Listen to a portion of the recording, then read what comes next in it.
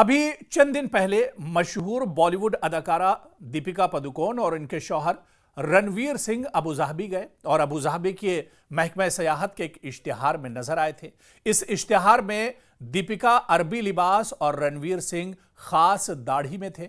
इसके बाद दीपिका और रणवीर को बहुत ज्यादा ट्रेंड किया गया। हालांकि अभी यह ट्रेंड चल ही रहा था कि बॉलीवुड की एक और मशहूर अदाकारा सोनाक्षी सिन्हा और इनके शौहर जहीर इकबाल भी अबू धाबी के सयाहती दौरे पर पहुंच गए और उन्होंने शेख जायद जामा मस्जिद में बनाई अपनी वीडियो भी सोशल मीडिया पर शेयर कर दी।